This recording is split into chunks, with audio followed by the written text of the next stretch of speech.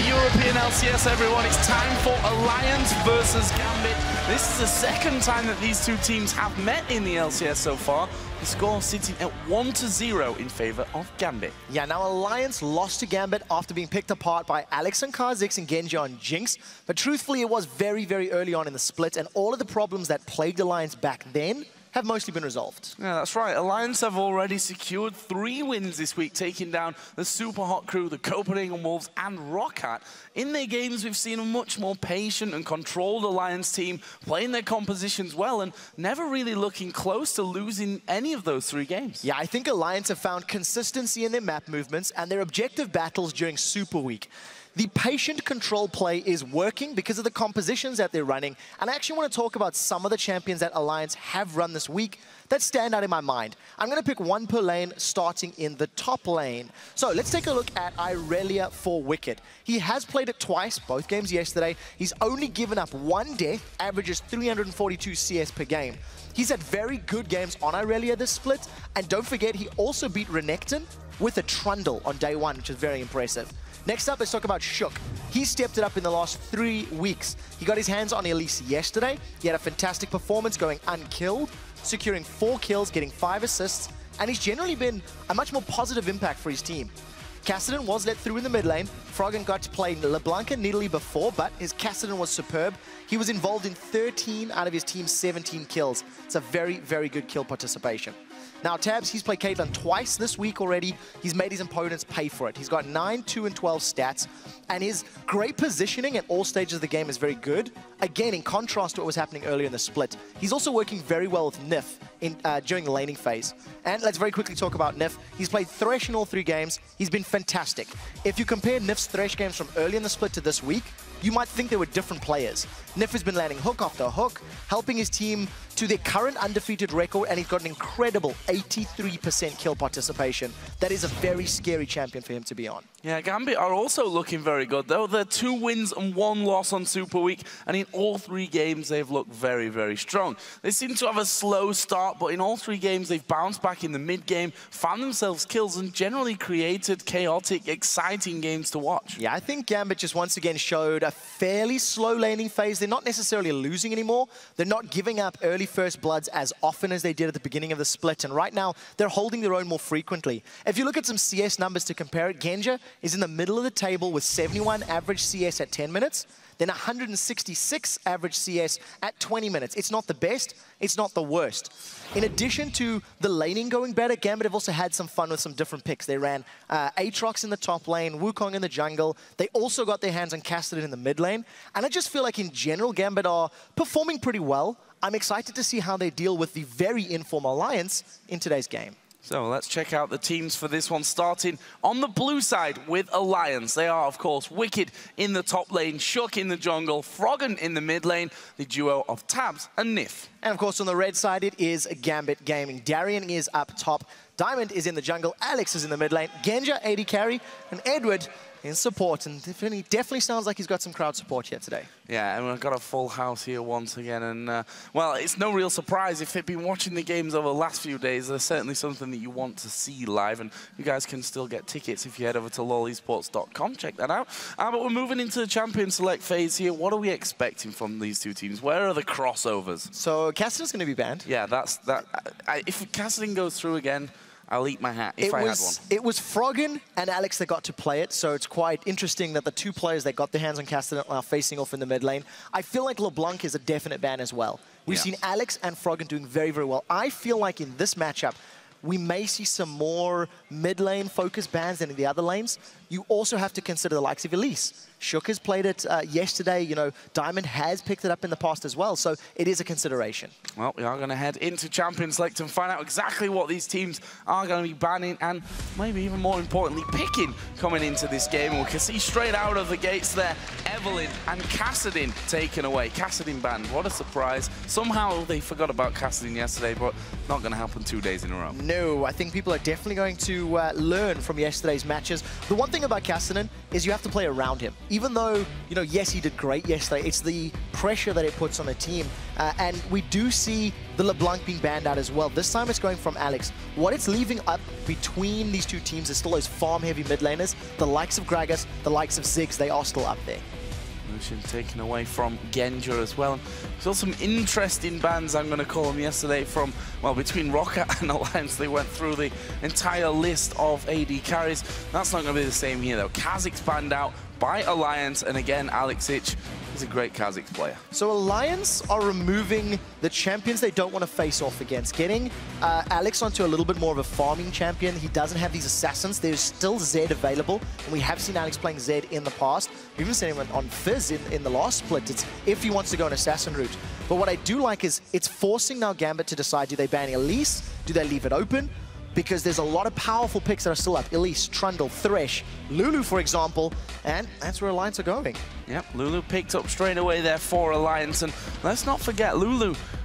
Such versatility that she has right now. We've seen her in the support role, in the mid lane, in the top lane as well, so really a lot of versatility on that front. On the other side, we did see Caitlyn as a final ban, which makes me wonder if Tabs is thinking, you know what, I'd love to play Vayne last year. I played Vayne amazingly well yesterday against Roccat. Am I going to go for it again? On the other side, his opposite number's going to have Sivir now locked in there for Gambit, and they're looking forward to that Wukong in the jungle once again. So I'm a little bit surprised at the two AD carry bans. I think that with Genja, he's basically played Lucian or Jinx, and he's picked Jinx into many different compositions. He can also play a number of other champions. There's going to be some focus in his bottom lane. I wouldn't be surprised to see Diamond maybe ganking or trying to get involved there. Taking away that Wukong and the Sivir from Alliance is also champions that Alex himself said the likes of Karthus, which is still up, the likes of Sivir, Karthus, Wukong, those are champions that Alliance have won with in the past, so it's double duty stealing those away, denying them from Alliance.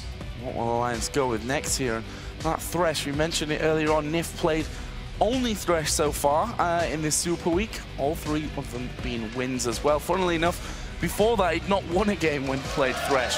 But we are going to see Thresh Draven locked in here for Tabs. And funnily enough, when the Draven got banned yesterday, we were thinking, wow, Draven really against Tabs? But these guys obviously know something that we hadn't spotted. Yeah, so from what happened after the games, and we were chatting to the players, Alliance was saying, actually, yes, we have been scrimming with Draven, we have been practicing it offline. So this will be the first time we're seeing it in Tabs' hands in the LCS. It is a very aggressive lane. If you can get some stacks of adoration, you want to farm early on.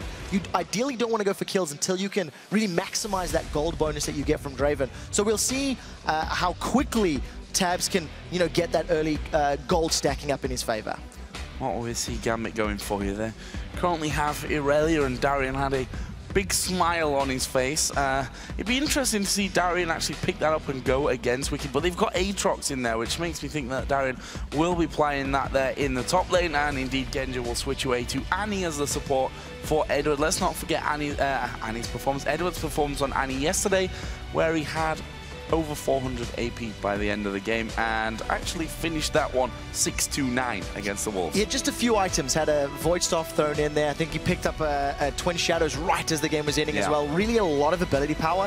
What I'm liking from Gambit's composition is they're going to run you down. There is so much mobility in the Wukong, the Aatrox, the Sivir, and when, you know, Annie's going to have that speed buff from Sivir as well, there's going to be a lot of mobility in Gambit's team fighting. I almost expect Gambit to look for early fights as well because of the power of the Aatrox, the Wukong, and the Sivir in positions like the jungle or the Dragon Pit, for example. It's going to give them a very strong early advantage because of the power of that team fight comp they already have. Seems like we're going to be seeing Irelia once again here for Wicked, and he actually said on Twitter earlier on today, headed to the studio, going to unpack Irelia once again and play her all day long, and looks like he's going to do that here against Gambit. So Irelia top lane, and then the jungler for Shook will be Lee Sin, a champion which he's provided some highlight moments on this week already. Yes, and I actually think everybody that's played Lee Sin in recent weeks has been phenomenal. Amazing was doing it 2 weeks ago. We've seen Diamond picking it up. We've seen Shook doing very well with it. Everybody's getting involved. The very interesting thing to me is that Elise has made it completely through this picks and bans. She has not been featured. She has not been played at all, and it doesn't even look like she's a consideration. What are they going to go with for the mid lane? Up against Lulu for Froggen. What will Alexic have? And it's going to be Kale, actually, switching through a few of them, but Kale will be picked up here for Alexic. Obviously, Kale been played a little bit less here. The last time, actually, that Gambit played that Kale was against SK Gaming, where they ended up losing, but Alexic had a good performance. We know how strong he can be on Kale. Yeah, so this is Kale after the changes. We have seen Kautard with her in the mid lane. We've seen Enrated playing her in the support role, and I believe this is only the third Kale since the nerfs to her Q. The one thing that it is very interesting about the lock-in now is there's still a movement speed increase on her heal. So you've got all of this mobility on the side of Gambit. They quite literally want to run circles around Alliance. Over on the other side of Alliance, you've also got a fair amount of mobility. Draven can move him, get a speed buff. Lee Sin and Lulu have got movement speed increases. What this tells you is these team fights are going to be very drawn out, and unless somebody gets very caught out and instantly blown up, they could drag on for a while. Both teams running around trying to position and get damage on the right targets. Well, we're just about to get this one underway, so let's check the votes that you've been voting for over on LOLesports.com. It looks like 73% of you have gone with Gambit to win this game. For me, more towards 50-50 is where I'd put mine. I think so too. This is a very difficult game to call. Alliance have been performing very well in Super Week. If they win this game, they go 4-0. If they win this game, they've been undefeated, and they have played flawlessly. I think if you go back to their 3 previous games, they weren't flashy necessarily. Yeah. They played it slow, they played it patiently, they played the objectives, and they got all 3 wins. It's almost as if they watched the Copenhagen Wolves and said, what are they doing right? Because we need a little bit of that, and it has been safety, playing very, very safe, not overextending, not taking any big risks around those objectives, and simply pushing the game through for the win. But we are going to get into game then. It will be Alliance versus Gambit to kick off our final day of Super Week. An epic Super Week it's been as well. Hopefully, the games live up to that here today as well. Yes, I would very much like to see that happen. I think this mid lane matchup, it's one that Alex is going to be intimately aware of. When he played the Lulu in the mid lane for the very first time a couple of weeks back, it was actually against Kautard, and Kautard was playing Lulu. So this is a reverse of that matchup, and it is something that we have seen a number of times. There have been changes to Kale, and we'll see if that movement speed increase on her heal will actually maybe allow her to dodge some glitter lances or stay out of range of that health picks. We'll have to see how the lane plays out. Also interested to see how Tabs does with Draven, to be honest with you. As I mentioned yesterday, earlier, the Vayne that he played against Roccat last night was incredible. The performances on Caitlyn were brilliant as well. He's got to bring that similar kind of level here to this Alliance team because he's been a big part of their victories so far this week. Yeah, there is the very big growth potential of that passive from Draven. You know, if he manages to get some adoration stacks built up and gets a couple hundred gold early on, that's where he can get like an early spike in damage over that of Sivir. If you look at both of these lanes, you've got a lot of similarity in them. Both of the top laners want to build damage. They want to be really disrupting the backline. Both of the junglers throw themselves into the enemy team. Both of these mid laners have got a save someone's life button, you know, wild growth on one side, intervention on the other. And it really is going to come down to whichever team can use their mobility and their CC more effectively sooner. Because at this point in time, everybody can move and save one another. So I'm expecting some very dramatic team fights. Looking at the start positions of the junglers, it seems like both of them will be kicking off their paths, taking their own blue buffs. Diamond actually not getting any help. Shook did have a helping hand from Wicked on their top side of the map, though. Now in this bottom lane, early first bit of damage actually coming out from Genja and Edward on towards Nif. But again, bit of a race to level 2 to see if anything happens down there. Yeah, and I think in terms of this lane matchup, the Draven Thresh into Sivir Annie, it's actually not a combo we see often. Nif going early on Edward. Yeah, that's a lot of damage actually onto Edward. And again, they weren't feeling confident enough to go all in on that one. Genja completely ignored on the top side. He was just doing damage that entire time. So first wave goes down. We can see that both of them trying to get in towards that level 2 area first of all. These supports making sure that they add their own little bit of damage into this one. Are they going to hit level 2? Nif's gone off to the side. He does hit level 2. Will the hook come out from him? Not just yet. Yeah, now the one thing that is good about Genja being on Sivir is he's going to be able to block at least the flail or the Descent needs to time his spell shield effectively to prevent being completely locked down. But on the side of Alliance, because they've got multiple forms of CC, you can use the Stand Aside, the Flay, and then the Death Sentence. One of those can pop the spell shield, you can lock Genja down. Whenever we see these Dravens, you sort of assume Draven is a bit of a lane bully, a bit of a, you know, early game aggressive AD carry. But I actually feel like because you want to get those passive stacks building up, you tend to see Dravens farming for a while until they maybe get a couple levels and then looking to go aggressive, then looking to you know, get in your faces with those spinning axes. And they're going to look to try and shut down Alexic early in this one. There is the slow coming in, flash use, and Chuck's going to flash in there. They're going for this one, and they get it as well. Perfectly orchestrated gang onto the mid lane, but at the top lane now, Wicked's going to come under pressure as Diamond moves in. Who's tanking up the turret? That will be Darian. He's got his Bloodwell to fall back on if things don't go right for him. It will get popped, but they take down Wicked. A kill in the mid and a kill in the top lane. So trading 1 for 1. We talked about how this game could get explosive early, and that was a very good play. First of all, Shook landed everything he needed to onto Alex. They did need to burn their flashes to secure the kill, but definitely worth it when you can give Froggen a bit of an early advantage on that Lulu. Up in the top lane, I think that was a fairly straightforward dive. Making use of Darian's Bloodwell passive, just diving. As soon as he gets taken up by the turret, it resets the turret aggro to the minions, and Gambit get out unscathed. Which has left the duos in the bot lane probably wondering what's going on. They've been fairly quiet up until now. If you look at the early CS, Tabs doing a great job of that one. About to hit the 30 mark, Genja only just passing 20. Now, I want to see if Gambit continue to repeat those ganks in the top lane. When we've seen Wicked on Irelia last year and, you know, playing for the old CLG EU lineup, teams would quite legitimately gank and camp top lane often. Keeping Wicked down or keeping Froggen down was one of the differences or one of the ways to beat the team.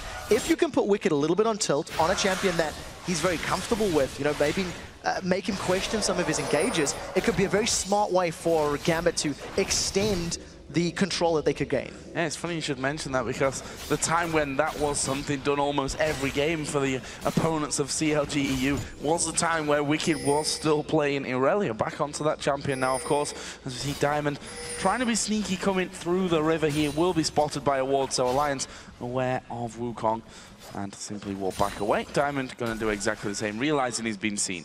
It's quite nice to see Diamond actually ganking quite early on that Wukong. Generally, you tend to see the Wukongs like farm to level 6 as quickly as possible, in a similar vein to like a Vi. Get the ultimate, get the knock-up, and then chain together the ganks and the kills. But as you see, Diamond was showing his face, made Tabs and Nif back off, and now the psychological pressure of, okay, we know Diamond is nearby, they need to be quite calculated with the next time they shove this wave all the way up. Bottom lane may see a little bit more action. We saw yesterday how effective Lee Sin with Thresher's Lantern can really be. Coming from seemingly out of nowhere to join in those lanes and make his presence felt. And, well, if you can kick him into a hook as well, that always helps. Definitely does. Was one of those big plays. I think with Shook having... I actually think Shook's probably got a lot of confidence from this week's games. He's played very well. He's pulled out some champions that we haven't seen him play in recent weeks. You know, pulled out the Lee Sin, hadn't played it in a couple of games. But he's doing very well on them. He got the first blood already this match. And it is something that Shook does fairly effectively, helping his team secure that first blood. The question is, where does he go from there? Because now he's just gone back to the jungle, farming himself up. He also went for the Madrids yesterday, and they've taken a lot of poke. Yeah, lose about half of his health. Actually, Draven had already backed away. Tabs was already recalling off home to spend that little advantage that he's got, and it's going to gift him a BF sword coming back into lane. We can see that Genja got his second Doran's Blade and a long sword as well. We'll see if he goes for a very Genja-esque build with 3 Doran's Blades by the end of it. It is a possibility, and I think with Genja falling a little bit behind early on, he's down on CS, they've been pushed against their wave, and Tabs and Nif have asserted some control in that lane. I think it could help, but unfortunately, the big attack damage disparity between those two AD carries will start to show. I actually think now is the time where Tabs and Nif can start trying to look for more kills. You know, every time we've been seeing that lane, it's just really been poking more about controlling the wave and where it was in the lane, as opposed to trying to secure kills for yourself. And mid lane, where Froggen did manage to secure that kill earlier on with the hands, or with the help of Shook in with him. Now got that chalice on top of his Doran's ring. Alexic having to go for a second Doran's item to compensate for what happened earlier on. And we can see that Shook moving up in towards the Gambit jungle, but Gambit have got vision of him. He's gone over a ward. Yeah, now we do see immediately Darian is responding to this. Diamond does have Cyclone as well. Shook should be able to get out though. Yeah, you can imagine so. He's going to actually have Froggen coming to help him, but in the bottom lane, Nif gonna take down Edward, and there is the aggression that you were talking about after the BF sword pickup. It is exactly what you do with Dravens. You farm up that adoration, you work yourself in there, and then you go for a kill. Unfortunately, it was Nif that got the kill credit, so it means that Tabs doesn't get that bonus gold right now, but nevertheless, the moment they got that attack damage, Alliance go aggressive, they grab a kill, they're going to look to do that again, and probably try to focus Edward more. He doesn't have a spell shield, he doesn't have flash anymore, and it may even be easier to grab him as long as you can land some crowd control. Not really got a lot to work with that one, and the kill going over to Nif. We've seen this week actually the support's picking up a lot of kills. See that one again down in the bottom lane and see exactly how Edward went down. So that was actually Edward and Genja starting the fight on Nif. You've seen that Tabs was in the river as that one started out.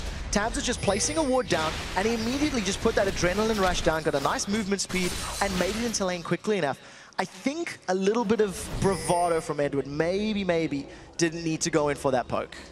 I think the outcome kind of tells us yes. Yeah.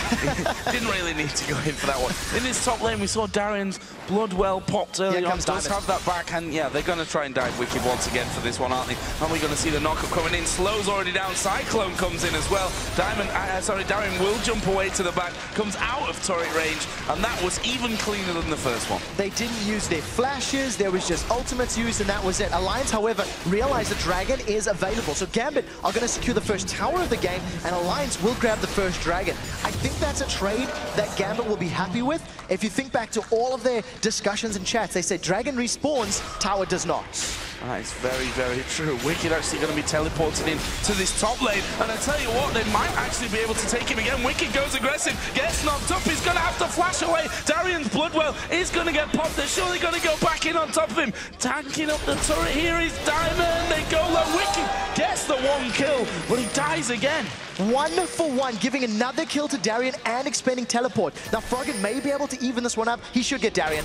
Yeah, I don't see a way out of that one, and there is a shutdown. So, you know, Wicked sacrificing himself almost there to pick up 2 kills for Alliance, and that'll be a happy trade for them by the end of it if you look at the whole picture. Yes, so in terms of kills, and not only did Wicked grab himself a kill 1 for Froggen, he also prevented a lot of damage being dealt to that inner turret. It is a small win, but it is something that I think is probably a fairly good decision at the end of the day. It has also allowed Alliance to group up in this mid lane. They've dropped that mid turret to about 50%. Shook sticking out a little longer than maybe he should have. Alex struggling a little in that mid lane now. Does have his stinger in there now after being taken down for first blood. And we can see that aside from those 3 kills in the top lane for Darian, they're just not being spread across the team evenly. Alex going low once again.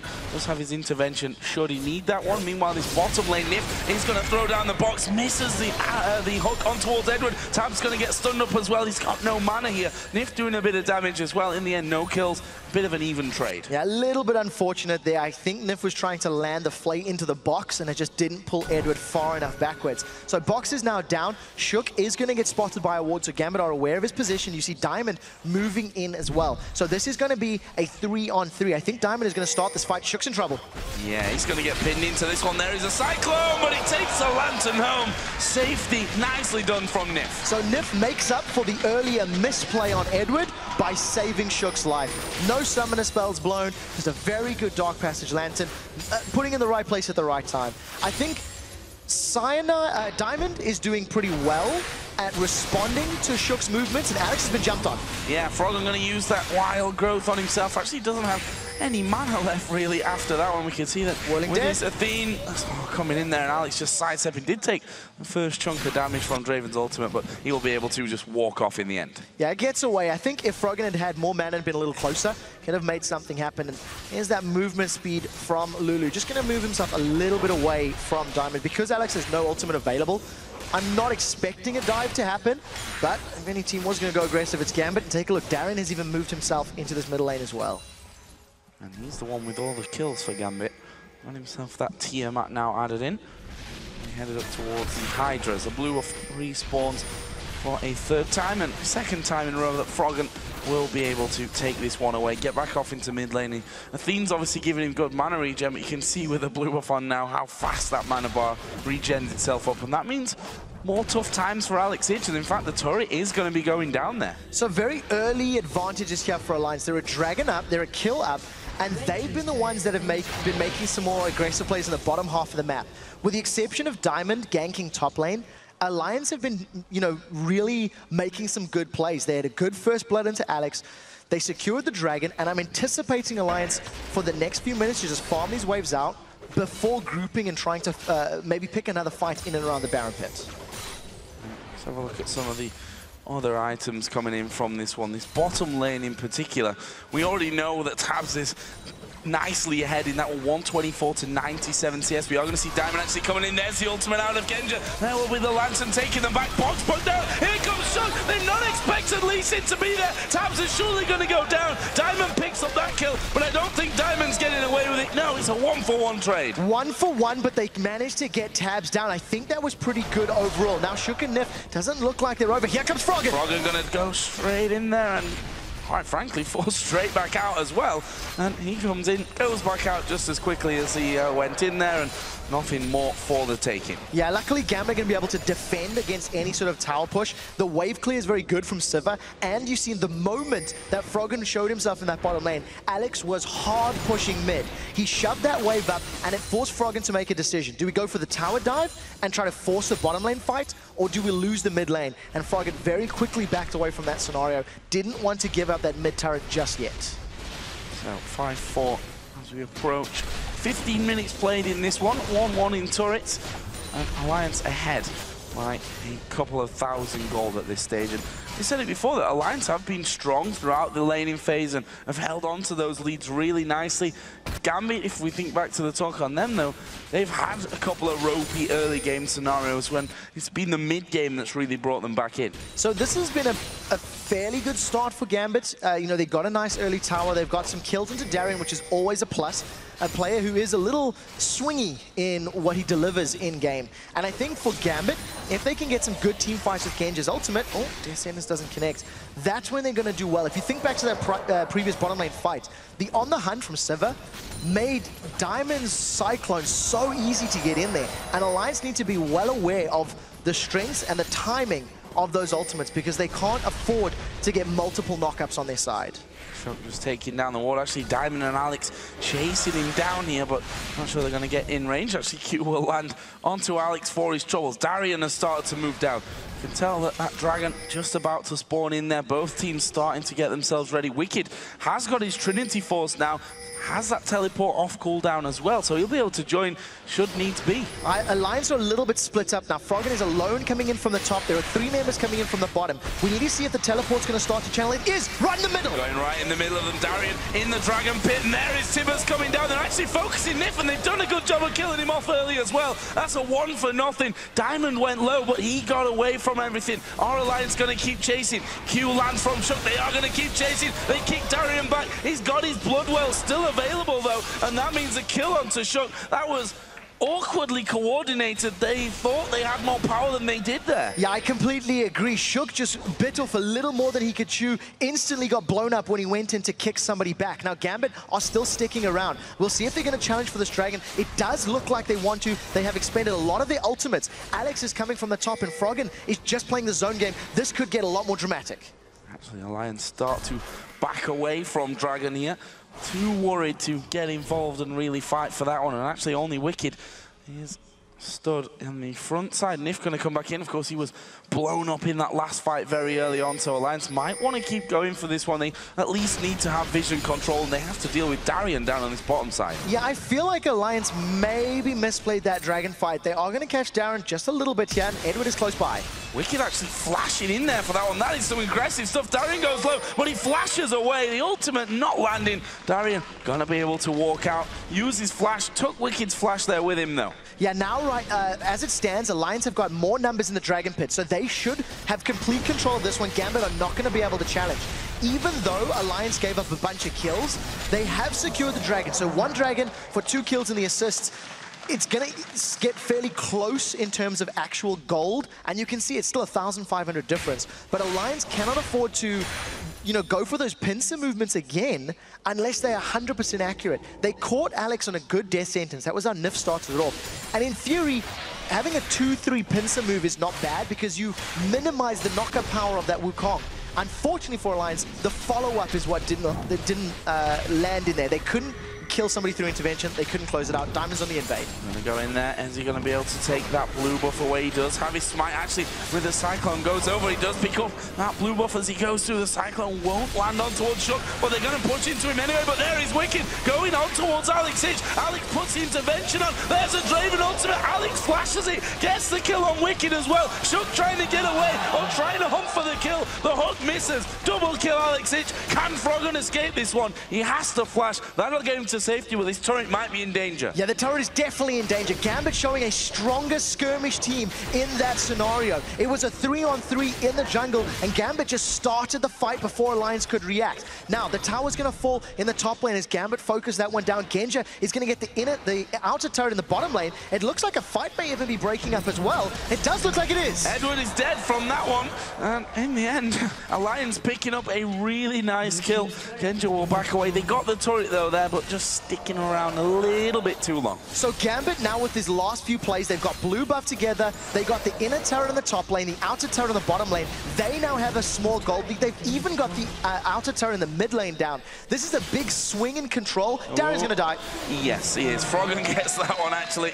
And that is another one back to them. So we talk about these nice skirmishes that Gambit have put down there, but if they keep getting caught out like that, that's certainly not going to help their cause. If you look at the goal, it's bang even now. And I think part of the reason that Gambit are getting away with this is they're not hesitating.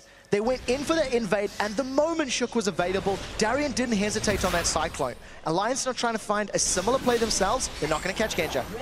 Wow, that was close. The hook coming in. We did see the spell shield used early on to stop Shook being able to chase him on through. That could have been a death. Meanwhile, Wicked having to go on this top turret. Will Diamond feel like he's stronger than him right now? He certainly looks like he will. He's going to dive in there on top of him. There is a Cyclone used. Wicked is going to tank up one more turret hit. Tries to dash away. Does get the stun down there onto Diamond. There's no one really in the immediate area to close it down. Wicked can back off. So very well played by Diamond. That is a jungler with 78 CS actually winning out that 1v1. He was able to clear the minion wave and get the turret to also help him put some damage down onto Wicked, but a very good defensive play from Gambit.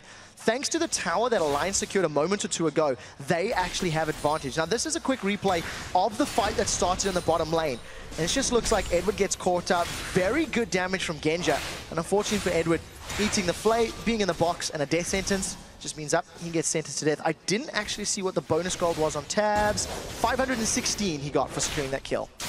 Certainly a nice little pickup for him. And if you look at his items, that Bloodthirster, of course, from earlier on, he's now working his way slowly but surely in towards Trinity Force. Phage and Zeal already part of his kit there. Genja on the other side only got that Zeal on top of his Bloodthirster. So in this last couple of minutes, the Lichbane has been picked up on the side of Frog, and he's had it for about 2 or 3 minutes, and it's one of the key components. Oh, Diamond could get hooked. Good flash. Saw that one come in and just flashed straight over the top of it, but I don't know about killing a ward. He might have to back away from that. He did have the backup of Alex Hitch coming in as well. This could turn into all-out war over that ward. It definitely could. And because Alliance, as I said, they've got that Lichbane on Frog, and he's had it for a few minutes, it's one of the key components that turns Lulu from being utility in this very early game to actually having some good damage now. The hit from Glitter Lance, which you can get a couple off when you land that health picks, and the proc from the Lichbane is very, very effective. And we need to see if Froggen can find targets to hit, because if he doesn't, it's not going to be helping them gain control of the game. Well, one part of this game that surely is to guarantee his action is in about 1.5 minutes when Dragon comes up once again. Last time around we did see a messy fight, I think is the right term to use for what happened down there on its last spawn. Darien, in the meantime, is pushing out this top lane, but he's going to have to start slowly working his way down there. Part of the reason there was that focus on the wards in and around Gambit's jungle is because Dragon is so close by. You see Wicked has backed off, he's picked himself up that Warden's mail, spent some of the money. The rest of Alliance are congregating in the river and this bottom half, trying to get as much vision and as much control. They're pushing the wave up towards Gambit, so in order for Gambit to make it to the Dragon, they have to walk through all of the vision that Alliance have, and it allows Alliance to make those engages a little bit more on their terms. Still 1 minute to go. Thresh is now backed off, got himself those boots of mobility, and we'll see if they can actually group up for this objective. Let's see, Froggen just pushing out that mid lane once again, as we're expecting to do. Darian still forcing that that top wave all the way down towards the inhibitor turret, which is all that stands now for Alliance on that top side of the map. There's Wicked, who's currently not having the best time, I think is safe to say. 1-4-1, 30 CS behind that of Darian. And the good thing is for Gambit that these kills in the, I was talking about 3 kills, 4 Aatrox for Darian. He was the only one with kills. In these last few minutes, they've started to spread out a little bit more. You've got Alex with a few kills in there now. You've got Diamond with some kills that allowed him to get that Sunfire Cape done. But with 10 seconds to go before Dragon, it's surely all about it. But Gambit are, quite frankly, nowhere near. They're not, but neither was Froggen. You can see with Shook being in the mid lane, there's sort of a wait. Diamond, if he gets hooked, he's in trouble. He does get hooked. Can Tabs actually have the damage here to finish him off? No, simple decoy for Diamond will get him out of there. Wicked is going to take this top turret. That's going to give him time to actually get through. The ward timing out in the brush. There's a fresh one put down. So that's Wicked's entry point into this fight. He's just going to keep pushing that top wave out whilst Alliance are delaying this Dragon for Gambit. He's coming in from the side, and this is going to be scary. Dragon's going to go. Dragon going low, stolen away by Shook. He tries to get away. Diamond in the middle, and actually Tabs there in a little bit of trouble in terms of his positioning. Wicked was over on the other side as well. Uses flash. Now that he goes into the middle, Wild Growth will knock everyone up. Cyclone's going off as well. Alex got the intervention on himself. He has to flash away. Shook's going to fall down. Alex Itch now on a rampage. Will he be able to clean up? He's absolutely hammering Nif. He goes down as well. Darian will be able to chase Tabs over the wall. Gets knocked to the side. Bit off a little bit more than he can chew, but he has that Bloodwell, and that will bring him back to life. 2-for-1 Alliance also managed to secure the Dragon, even though Shook went down fairly early on in that fight. Because he stole the Dragon, it means net gain for Alliance. They come out a little bit further ahead in terms of overall gold. The fight, as we talked about, was incredibly long and drawn out. The mobility of the teams meant that they couldn't stick to the targets they wanted to. This is going to be a replay, and the thing that you want to be looking at is, first of all, Shook going in for the steal, and Wicked trying to make an impact on the side. He actually holds 3 members of Alliance back. Diamond even comes back for him, and look at this. Both top laners holding their opponent's team in place. Darian has 4 members of Alliance on him. Now, Shook is hanging around on the side of the fight. They're about to re-engage in just a moment or two, and this is a brilliant Wild Growth. 1, 2, 3, 5-man knockup. 5-man knockup, but because Gambit are so tightly knit, the sustain that's coming down from Aatrox and the intervention of Alex, unfortunately, they couldn't actually get more kills. Decent knockback from Shook, but again, just very drawn out, very chaotic. The summary, Alliance couldn't stick to a single target long enough to kill them. And while we're in that replay, actually, Froggen was in the Gambit jungle. We saw him walking over a wood just as we started off the replay. He went down, was shut down, in fact, from that one. Alex Itch now starts 6-1-1 as Gambit start off Baron. They're going to pull out. Tabs is into trouble here, but he actually will take the Lantern off to the side. Gambit turn back around. Will they go for Baron again? There was no hesitation from Gambit. I don't think they want to, because they used On the Hunt and they used Cyclone. They want both of those available if a fight were to break out. So smart play in my mind for Gambit to back away. Alliance once again having their lives saved by Nif being in the right place and having a good Lantern to save his teammates. Less than 1,000 gold separating this team, but I have to fear for Alliance here a little bit. Look at Alex Itch on Kayle, 6-1-1. And although Kayle has had some changes, got a little bit less damage by now with that Q, that is still a very, very scary Kayle. Yes, very much so. And if given some time in these team fights as we're expecting them to go, a couple more of those Righteous Fury auto attacks from her E is going to melt the HP of Alliance. If you look at Alliance's team comp, Lulu's short range, Draven's short range, Lee Sin and Aria want to be in your face. So you're going to be hitting multiple targets with Kayle's E, which is just going to amplify the damage that he can put down. And this is part of the reason why I think it's working in this composition. When you see Alex heal himself, he gets that big burst of speed. He can put that burst of speed in conjunction with On the Hunt from Sivir, throw it on Wukong or Aatrox, and then he can just run amok in Alliance, which is what we've seen both Dragon fights. And considering we're going to have the talisman in there for them as well, on top of that, the entire team will be able to follow up. Froggen here being a little bit more cautious than early on when he did get shut down, invading Gambit's jungle. Just sticking back there as it's Nif that goes out and puts a couple of wards around Baron. They know that against a team that's as decisive as Gambit, you've got to keep vision of Baron because they will take it away from you.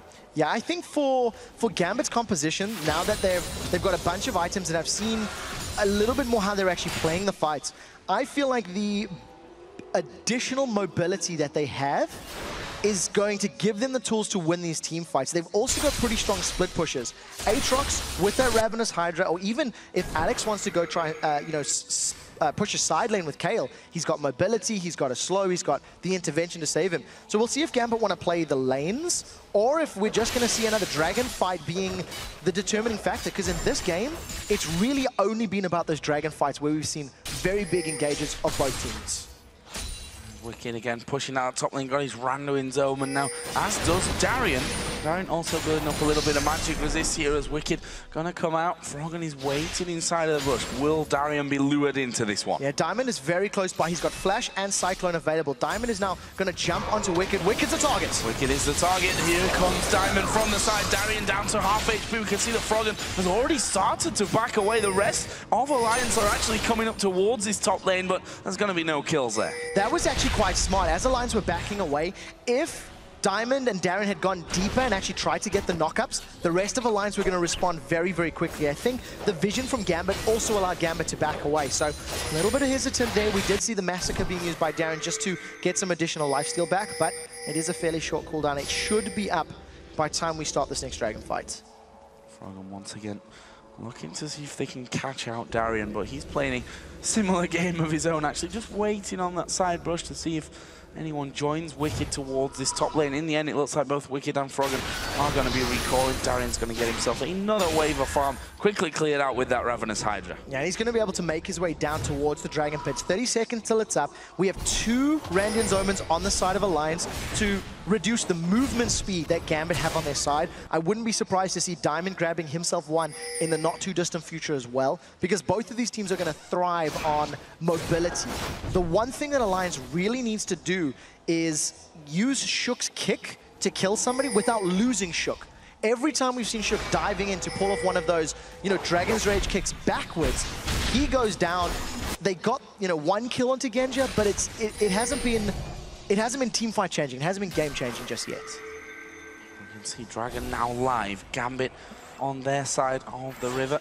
Alliance just clearing out walls from the middle outer brush, and they've got positional advantage right now. Gambit have got vision of them thanks to that ward in there, and they are moving in. So distinctly different. Alliance have Wicked with them as they start this fight. They're not relying on the teleport. Gambit are going to respond way too late, and Alliance just get that incredibly quickly. That's 4 dragons out of 4 right now. Hit and run there from Alliance, showing some solid dragon control throughout this game. There's still wards up by Baron. Gambit, let's not forget, have already started off that Baron once, whether that was a realistic chance at Baron or more to draw someone out, which they actually did with Tabs coming in there. So Darien is going to go up the front side and will be clearing out that pink ward that was put down earlier. So Gambit have all the vision there. There's actually not a single ward for Alliance around Baron. Yeah, on the way up, Darien was just able to clear out a bunch of those wards now himself, and I think for Gambit, the game plan is to force a fight once again. Every time Gambit have taken advantage, has taken towers, it's when they invaded and they instantly peeled and started a fight. They did Baron, they instantly peeled and started a fight. Alliance have been fairly well positioned to not give up more in those circumstances, but as it stands right now, Gambit are just looking for those engages. They tried to get to Dragon, but they were a little too late. They're responding a tiny bit too late in game, and with the amount of vision that Gambit have now got in and around their red buff area, they may want to try force another Baron play. Going to go on towards Diamond. Shook trying to get in there. Good stun from Edward though. Might stop him coming too far forward and going for that kick. And Alliance realizing it, they will back off once again. We saw briefly Alex Hitch farming that bottom lane out. He's now added the Lich Bane into his Nash's Tooth and Rabadon's Death Cap. He is, I said it before, scary I think is a bit of an understatement even now. Yeah, I wonder if Gambit now want to try to control these side lanes at all. We haven't seen them going for any sort of concerted split push type of effort. I think they want to stack all of their abilities together because they have a strong 5v5. Nef right now is just warding up the river. Wicked is pushing the bottom lane. He's on the inner turret. Gambit, they've started Baron off, and Alliance are close enough to respond. His vision. It is going down so very quickly. The Wicked is now going to teleport in onto that ward. The hook lands on towards Diamond, but it was his decoy. They're going to get the knockup. Wicked has to have the wild growth onto him. Takes the lantern back. Diamond doing good damage. Tabs is having to flash away. I don't think he's escaping this one. No. Genja will pick up that one. His 5 versus 4. What do Gambit do? Do they turn around and go for Baron? Do they chase? They're going for Shook, but he might be able to run rings around, and there is a good slow. Flash tries to get the Q on towards Edward. There are the slows coming in. Alex Ich is godlike now on Kale. That was a brilliant turn from Gambit. The moment they see members of Alliance in that teleport coming in, they threw everything they had at Alliance. Even though Alliance were actually able to wait out most of that Cyclone, it was too long. They had taken too much damage on Froggen. He was a little on the side. The Baron's still going on, and Froggen to try and interrupt. Wow, he goes so very low though, takes the lantern away. Almost paid for that one with his life. This is going down, picked up here by Gambit. First Baron of the game. They've not taken a single dragon, but Baron control is theirs. I think Gambit have won every single team fight. They won the first dragon fight, they got 2 kills. The next dragon fight, yes, they lost dragon to Shook stealing, but they got more kills in the scenario. And in these fights so far, Gambit is just showing that the Sivir plus Wukong plus Aatrox is more effective at sticking to a target and killing it. Alliance have a lot of tools that they can do similar things with, but unfortunately, when they stick to a target, the intervention is doing wonders. It's saving Gambit's team members, and Alliance are not getting the kills they need to win those team fights. Looking like Alliance's good run of form here in Super Week may well be coming to an end. I don't want to count us out too early here, because if we look at the goal, just 2,000 is what separates them. We've seen though that Alex Ich in these fights is just such a big factor. 7-1-2 now. I checked his goal a couple of moments ago.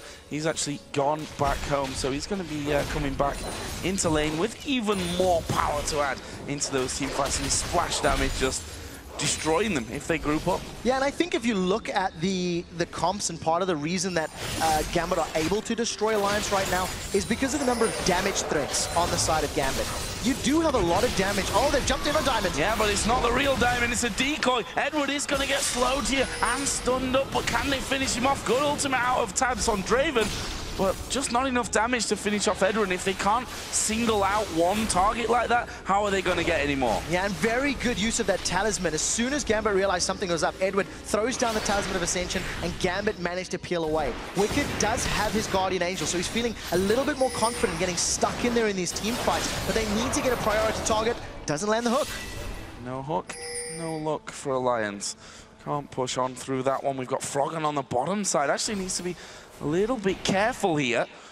He's going to face up with Diamond, actually get some decent damage down onto him, but Diamond able to walk away, and he's going to regen that up all very quickly with that Baron buff on him. Alex Ich, by the way, with that cash I was talking about earlier, picked up a Void Staff, so yeah, beast. Yeah, his damage is very good. With his current build, you actually seen he almost one-shotted Froggen in that previous Baron fight, and it's one of those situations where even though the Q is a little bit nerfed, Alex Ich and Kale has got enough items to balance up for it, and the power has been moved. Now, if Gambit want to start a team fight, they could go for another Darien Tower dive, use that Bloodwell to regen, and that's pretty good poke. Alliance are clearing this wave fairly well, but outside of that Glitzer Lance, they don't have the largest amount of wave clear. So there, Lee Sin's Q landing. Darien actually does take even more. There's a hook landing in onto him. They're going to try and finish him, but intervention is used. Well, I think wisely there, Gambit deciding to run away. Yeah, smart decision. It's not over yet. Alliance wants more. Well, Wicked moving forward. There's the ultimate hour of Draven. It does catch them, but not enough damage to get the kill. Alliance still chasing a little bit from this one. Actually, Gambit just got to back off towards the Dragon, but I think Alliance might want to fight for this. So Cyclone is still available. If Alliance come in grouped up, Diamond can interrupt. It's gone too quickly. Too slow, but there are the talismans for both teams popped, and they kind of run around in circles and end off going in different directions. They need to be careful here, Alliance, that Gambit don't just head down this mid lane, though. They've all backed off and are recalling. They might be too slow to defend this inner tower. Yeah, in that situation, you've seen as Gambit were peeling away, Diamond was just sitting on the front line. He could get a multi-man knockup. Now, because of the damage they've got, that tower is melted like a hot knife through butter. Gambit give themselves a 4,000 gold lead. They got the previous dragon. They're stealing jungle camps on the way out as well. And it's I mean, we get to praise Gambit quite often, but one thing that they do, for me, better than possibly every team in the LCS, that when they have a lead, they're so decisive about how they finish off games, how they push down objectives afterwards. Okay, they've got the Baron here, and they've managed to take that inner turret now in the middle lane. It limits Alliance completely. They can't really afford to head out into their own jungle without having full vision control. We can see on the top side they're only a couple of wards down. They're basically flying blind on the bottom side. Yeah, and I think this is the best performance that we've seen from Gambit all week long. It is very controlled and it's very coordinated, even though Gambit have been very, very aggressive. The moment there is even the hint of a fight, Gambit have thrown everything they have at Alliance. It's worked in their favor. They were a little bit behind in gold for the first 25-30 minutes of the game, and thanks to this controlled, coordinated aggression, I think is the best way to put it, they've managed to come out on top. And like we said, because there's so many damage threats, because you've got Wukong in there with his Cyclone being an interruption, Aatrox that deals damage, Sivir that deals damage, Kayle that deals damage, Alliance haven't been able to prioritize somebody. They killed Genja in their first Dragon fight. It didn't matter, because the rest of Gambit were able to clean up and get themselves 2 kills. Just want to run through the items picked up by Gambit actually in the last couple of minutes. Mikael's Crucible for Edward on Annie, Guardian Angel for Darian, Infinity Edge for Genja, Randuin's Omen complete by Diamond. That's some big items coming in there. I'm not sure that Alliance are going to be able to stand up to the pressure. They've already been losing team fights coming into this point of the game. Yeah, as it stands, Gambit has got all the tools that they need to maintain control of this game. They were playing from behind a tiny bit earlier, and they were making their compositional advantages work in their favor. Now that they got the item advantages as well, and we've seen them tower dive, I almost feel like Gambit may try to pull Alliance towards them for Baron before forcing an inhibitor fight, and it does look like that's the decision-making. All of Gambit are grouping up around Baron. I'd like to see them putting down some more wards and pulling Alliance towards them, then just instantly once again peeling, using that movement speed from Kayle and Sivir to jump on Alliance's head and win a team fight. They've caught Diamond! Oh, they've caught Diamond, but he's going to knock a couple of them up there. I don't think he's escaping, though. Good pick here from Alliance. What does that lead into, though? 40 seconds until the Baron actually comes up. What a 55-second respawn timer there on Diamond, so he's not going to be around when that Baron comes up. This could be the chance for Alliance. Alliance need to make this count. You can see they're trying to get as much vision around the Baron pit as possible. Gambit maybe a little over-greedy there. Diamond gets caught out by Alliance as they actually turn the aggression on. You see the Talisman of Ascension was used. Tabs has built himself up 1,200 bonus gold from his passive and securing those 3 kills, and Alliance making it very clear. They want this Baron. You can see Wicked is split pushing on the inner turret. Either way, it's going to give Alliance an advantage. 6 seconds until that one comes up. Genja is joined by Darian and Edward on the backside of that pit.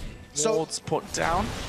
Guardian Angel and Bloodwell. Even though Gambit are less on numbers, they have more lives to play with. We'll see if the fight breaks out. Get that GA on Shook is now complete as well. The Baron going to get started. Wicked, yeah, Wicked is teleporting in towards the backside of it. Baron is going to be pretty low by now. In fact, he's falling a lot faster than he expected. He could be taken down. He will. They flash in, go for it. There's a blade coming across, but Shook will secure Baron number 2 here over for Alliance. That was a little bit half-hearted. Gambit didn't really go in for the fight at all. And Alex was chasing down Wicked, preventing him getting to the rest of the Gambit team. So Alliance got the inner turret and the Baron, and now they have arrested control of the game. 1-on-1 as far as Barons are concerned. And with Alliance having that advantage of the Baron buff, it may be what they need to help win these team fights, because truthfully, until this point, it has been more about Gambit. Guardian Angel there for Alex as well. This is something that, well, Gambit like to do, don't they? Get as many GAs as you can in there. They've got Aatrox, who basically you have to kill him 3 times over at this point in the game to actually get rid of him, which is never an easy thing to work out. But Alliance taking a leaf out of their book, you know. Wicked has one with Aurelia. We have one on Lee Sin as well. Guessing we're going to see a couple more appearing before the end of this game, because right now Alliance have just taken that power swing. We'll see what they can do with it. Yeah, Froggen's also got his hands onto that Void Staff as well. So now all of that damage is just going to be amplified, getting through all of the magic resistance that's sitting on Gambit's side. We talked about how these fights are already going to be prolonged and drawn up thanks to the mobility and the saves that these teams have. Thanks to these GAs, it's going to get even further extended. Shook being a little overextended there, but they got the Talisman. They got it down, so that's a small win. A small win that, you never know, those small things can come back to haunt you a little bit later on. If Gambit want to disengage, they still have Genja's ultimate, though, should they need that boost. So we need to be looking for 2 things here for Alliance. Either Shook is going to be the one going in, which is why he's up on the front line. He's looking for those sonic waves. Alternatively, at their centers, unless Diamond just gets caught up, he needs to be a little bit braver there. Oh, the hook comes out. They managed to catch Darian out from this one, but Alliance decide not to go full-on in on towards that one. Slows coming across the entire team. Minions now coming up the this middle lane. Will they go for that tower? Will Gambit stick around to defend it? No, they won't. They're backing off. Alliance take that inner turret. Gambit don't want to fight Alliance while they've got their Baron buff on, unless Gambit can find a pick.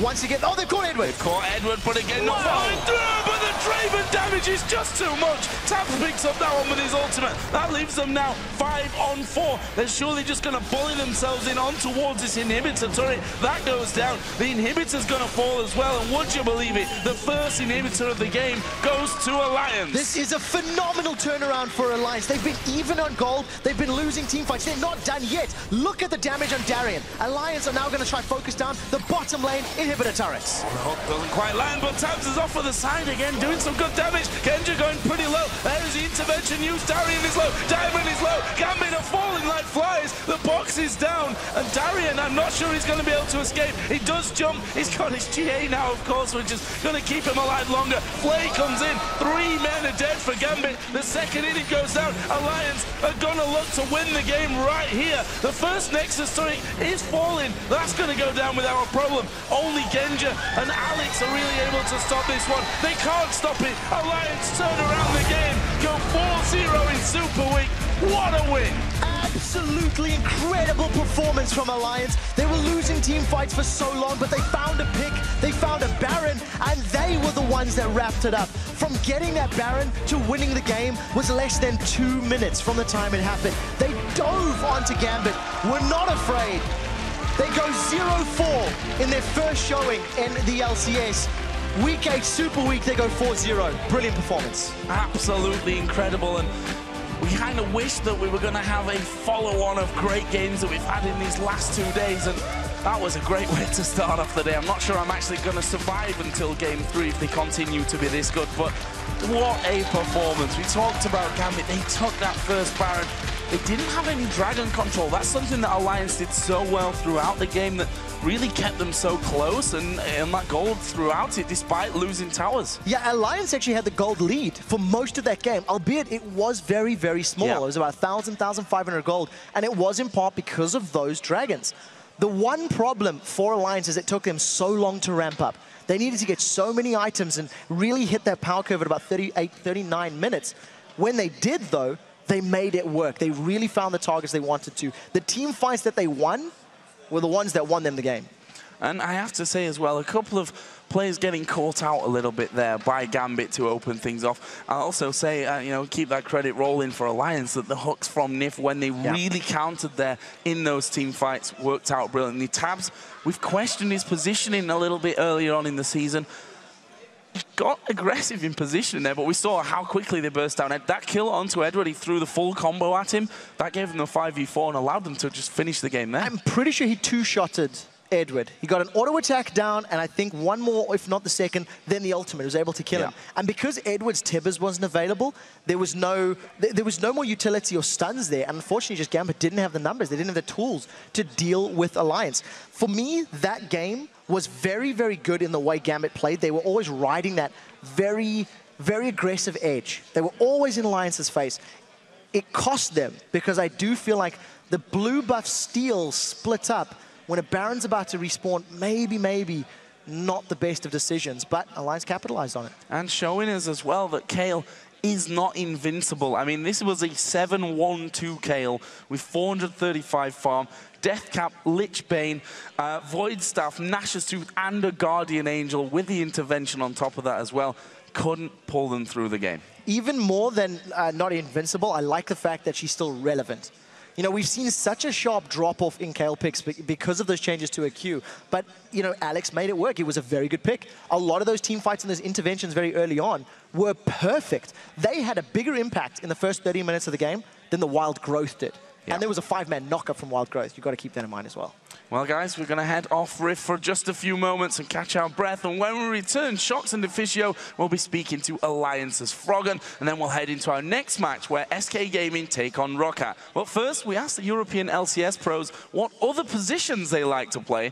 And some of their answers might just surprise you. My second best position right now is AD carry. I often do that in solo queue for mechanics and just having fun. I would probably play mid lane because mid lane got the same impact on the game as jungle. In the current meta, I like to play Garen top or Zed mid lane. those two champions are interesting.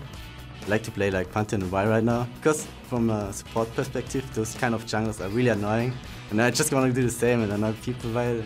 I think I'll play probably mid, because it's like you can push the lane all the time and roam and kill the guys. Support is definitely my best position, except for Lee Sin, because I'm the best Lee Sin in our team. Well, since I am the best Lee Sin in the team, now I have luck.